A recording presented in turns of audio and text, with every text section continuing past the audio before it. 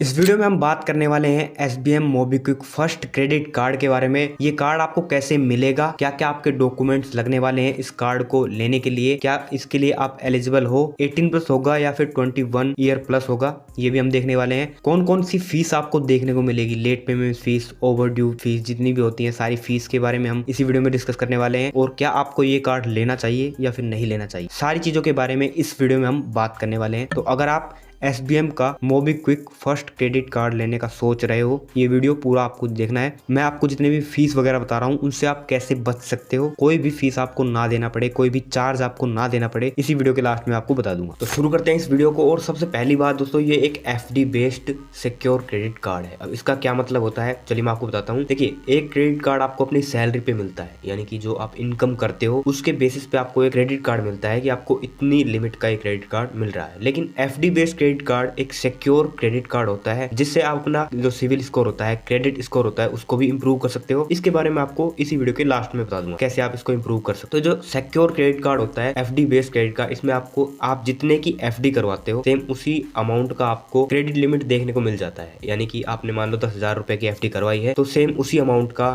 10,000 amount का आपको credit limit अपने क्रेडिट कार्ड पे देखने को मिल जाता है। ठीक है, तो इस तरीके से ये एक FD based secure credit card हो जाता है और इससे आपका जो क्रेडिट स्कोर है वो भी इंप्रूव होता है। अगर आपने अभी तक एक भी क्रेडिट कार्ड नहीं लिया है तो FD का ही जो क्रेडिट कार्ड होता है वो सबसे पहले लेना चाहिए किसी भी बिगिनर को, क्योंकि इससे क्रेडिट स्कोर इंप्रूव होता है। फ्यूचर में क्रेडिट कार्ड होते हैं वो मिलने के चांस होते हैं आपके क्रेडिट स्कोर को देख। तो अब बात करते हैं कि SBM MobiKwik first credit card की एलिजिबिलिटी क्या है। ज्यादातर आप इनकम वाले जो क्रेडिट कार्ड है उनको देखोगे तो वहाँ पे आपको 21 ईयर प्लस होना चाहिए, तभी आप क्रेडिट कार्ड के लिए अप्लाई कर सकते हो। लेकिन जो मोबीक्विक का फर्स्ट क्रेडिट कार्ड है SBM क्रेडिट कार्ड, इसमें आपको सिर्फ 18 प्लस होने की जरूरत है। आपको मोबीक्विक जो एप्लीकेशन है उसका पूरा प्रोसेस तो मैं आपको लास्ट में बताऊंगा कि कैसे आपको स्टेप बाय स्टेप अप्लाई करना है इस क्रेडिट कार्ड के लिए, जिससे आपके 100% अप्रूवल। इसमें आपको सिर्फ 18 प्लस देखने को मिलता है, तो अगर आपकी एज 18 प्लस हो गई है तो आप इस कार्ड के लिए अप्लाई कर सकते हो। और जैसा कि मैंने आपको बता दिया कि क्रेडिट लिमिट आपकी FD के अमाउंट से तय होती है। यानी कि मान लो आपने 50,000 या फिर 10,000 की FD करवाई है, तो जितनी की आपने FD करवाई है उसका 95% आपको क्रेडिट लिमिट में देखने को मिल जाता है। मान लो 50,000 की आपने FD करवाई है तो उसका 45,000 आपका क्रेडिट लिमिट आपको देखने को मिल जाता है। सिंपल, आपकी जो FD होती है वो एक मैच्योरिटी डेट तक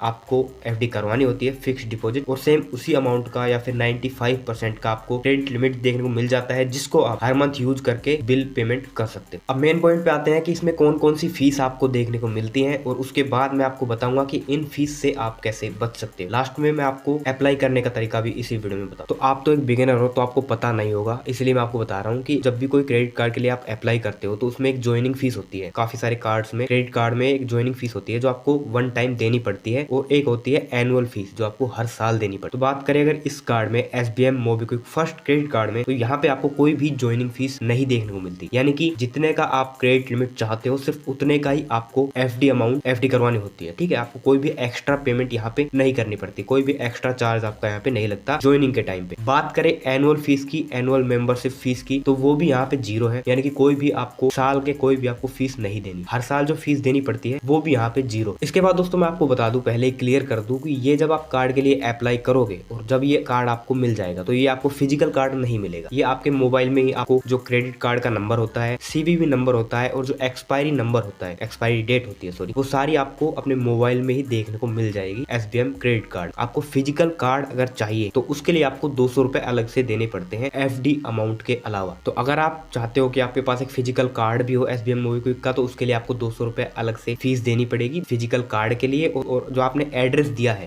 KYC के टाइम पे, जो भी आपने एड्रेस दिया होगा उसी एड्रेस पे आपका ये फिजिकल कार्ड आ जाएगा। इसके बाद आता है कार्ड रिप्लेसमेंट फीस। अगर आपने एक फिजिकल कार्ड लिया है तो अगर वो खो गया है या फिर टूट गया है तो उसको रिप्लेसमेंट के लिए भी आपको 200 रुपए देने पड़ेंगे, लेकिन मैं आपको सजेस्ट करूंगा कि आपको फिजिकल कार्ड नहीं लेना चाहिए। इसके बाद बात करते हैं कार्ड कैंसिलेशन फीस। मान लो आपने अपनी FD जो है SBM क्रेडिट कार्ड में करवा दी, लेकिन आपको अच्छा नहीं लगा और आपने 1 से 2 मंथ के अंदर ही इसको कैंसिल कर दिया इस कार्ड को, तो इस ऐसे में आपके 200 रुपए यहाँ पे चार्ज लगने वाले हैं, क्योंकि ये जो FD है, FD अमाउंट को आपने मैच्योरिटी डेट से पहले ही तोड़ दिया है। समझ रहे हो आप, पहले ही आपने निकाल लिया है, तो ऐसे में आपको 200 रुपए का चार्ज देना पड़ेगा। मिनिमम 6 महीने तो आपको यहाँ पे रखना ही पड़ेगा अपने FD के अमाउंट को, तभी आप कार्ड को बिना फीस के यूज कर पाओ। इसके बाद बात करते हैं ATM से कैश निकलवाने की। अगर आप फिजिकल कार्ड ले लिया है आपने और इससे आप एटीएम में कैश निकलवाते हो क्रेडिट कार्ड से, तो ऐसे में आपको 2.5 से 3% पर मंथ पे देना पड़ेगा और ये एक सीधा चार्ज होता है। तो मैं आपको सजेस्ट करूंगा कि सिर्फ ऑनलाइन पेमेंट्स के लिए ही और शॉपिंग के लिए ही क्रेडिट कार्ड को यूज करो, कैश निकलवाने के लिए क्रेडिट कार्ड का यूज ना करो, ठीक है। और बात करें फॉरेक्स मार्क फीस की, तो वो यहाँ पे 3% आपको देखने को मिलती है। अच्छा, अब मैं आपको बताता हूँ इंटरेस्ट फ्री पीरियड के बारे में, जो कि यहाँ पे 45 डेज का है और ज्यादातर क्रेडिट कार्ड में आपको 45 डेज का ही ये जो क्रेडिट पीरियड है देखने को मिलता है। अब देखिए, इसको मैं आपको समझाता हूँ। मान लो आज 1 जनवरी से 30 जनवरी तक आपने क्रेडिट कार्ड से जितनी भी पेमेंट्स करी हैं, तो उसका एक बिल जनरेट होता है और वो बिल आपको अगले 1 फरवरी को देखने को मिलता है, ठीक है। तो 30 दिन का जो क्रेडिट कार्ड का जितना भी आपने खर्च किया है, जितना भी आपने पेमेंट की है, वो सारा एक जगह 1 फरवरी को बिल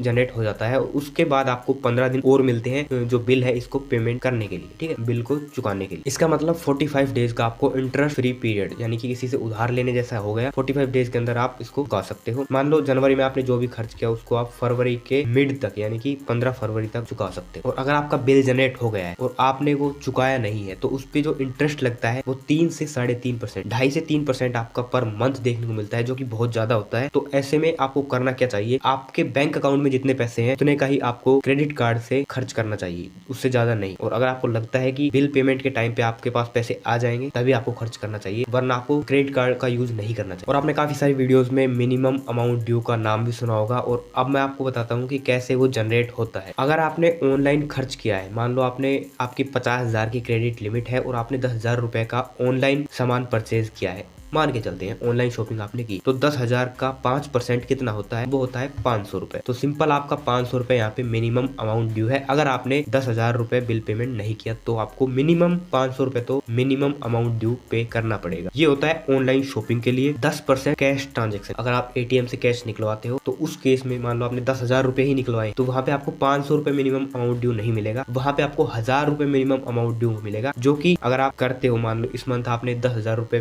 बिल पेमेंट नहीं किया, तो आप सिर्फ 1,000 रुपए से ही इस मंथ का जो, लेकिन अगले मंथ आपको फिर से 10,000 ही देने, 9,000 नहीं होंगे, ठीक है। 1,000 रुपए सिर्फ इंटरेस्ट, जो 10,000 रुपए आपने खर्च किए हैं उस पर। इसके बाद कैश जो एटीएम विड्रॉल होता है, अगर आप क्रेडिट कार्ड से एटीएम में कैश विड्रॉ करते हो, तो इसमें सबसे ज्यादा यहाँ पे चार्जेस देखने को मिलते हैं। तो सजेस्ट तो यही करूंगा कि आपको सिर्फ ऑनलाइन परचेज के लिए इसको यूज करना है, क्रेडिट कार्ड को कैश विड्रॉल के यूज ना। कोशिश करना कि जितने आपके बैंक में पैसे हों उतने ही का ही आप ज़्यादा से ज़्यादा यूज़ करो इससे, क्रेडिट कार्ड से, ठीक है, उतने का ही शॉपिंग करो। इन केस की अगर आप इसको डिफ़ॉल्ट ना करो, कहने का मतलब ये है, जो 45 दिन का आपको इंटरेस्ट फ्री पीरियड मिलता है, इसी में आप इसको बिल को पेमेंट कर दो, क्योंकि इससे आप ज़्यादा करोगे तो आपका इंटरेस्ट चार्ज लगना शुरू हो जाएगा।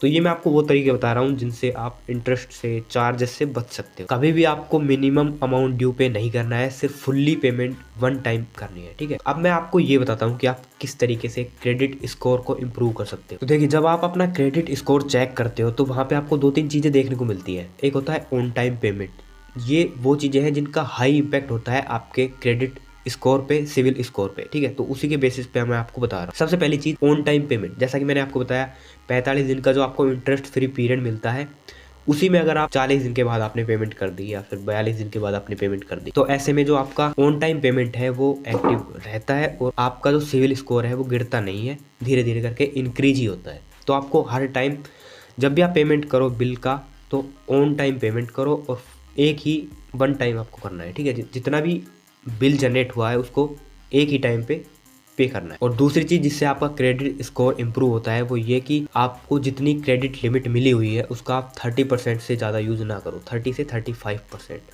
मान लो आपकी 10,000 की लिमिट है, तो सिर्फ 3,000 रुपये ही आप क्रेडिट लिमिट का यूज़ करो, तो इससे भी आपका जो क्रेडिट स्कोर है वो इम्प्रूव होता है। तो आपको 2 चीज़ें ज़्यादा ध्यान रखनी है, एक तो ऑन टाइम पेमेंट, एक वन टाइम पेमेंट, जितना भी अमाउंट है एक ही बार में पे करना है। दूसरा, जितनी भी आपकी क्रेडिट लिमिट है उसमें से आपको 30% ही यूज। तो आई होप कि इस क्रेडिट कार्ड के बारे में मैंने जितनी भी चीज़ें थी सारी क्लियर कर दी हैं। अब आपको मैं बताता हूँ कि कैसे आपको इस कार्ड के लिए अप्लाई करना है। तो सिंपल से दोस्तों, मैं आपको 2 स्टेप बता रहा हूँ। आपको प्ले स्टोर पे जाना है या फिर डिस्क्रिप्शन में भी आपको लिंक दे दूंगा। आपको मोबीक्विक एप्लीकेशन को डाउनलोड कर लेना है। डाउनलोड करने के बाद KYC वगैरह कर लेना है, साइनअप कर लेना है, KYC कर लेना है। उसके बाद आपको नीचे SBM मोबीक्विक फर्स्ट कार्ड का ऑप्शन दिख जाएगा। सिंपल वहाँ पे जाके आपको वीडियो KYC करनी पड़ती है, जिसमें आपका आधार कार्ड और पैन कार्ड लगता है। अगर आपके पास ये है तो आप इस कार्ड के लिए अप्लाई कर सकते हो। और जितने की आपको क्रेडिट लिमिट चाहिए उतने ही का ही अमाउंट आपको पे करना पड़ेगा।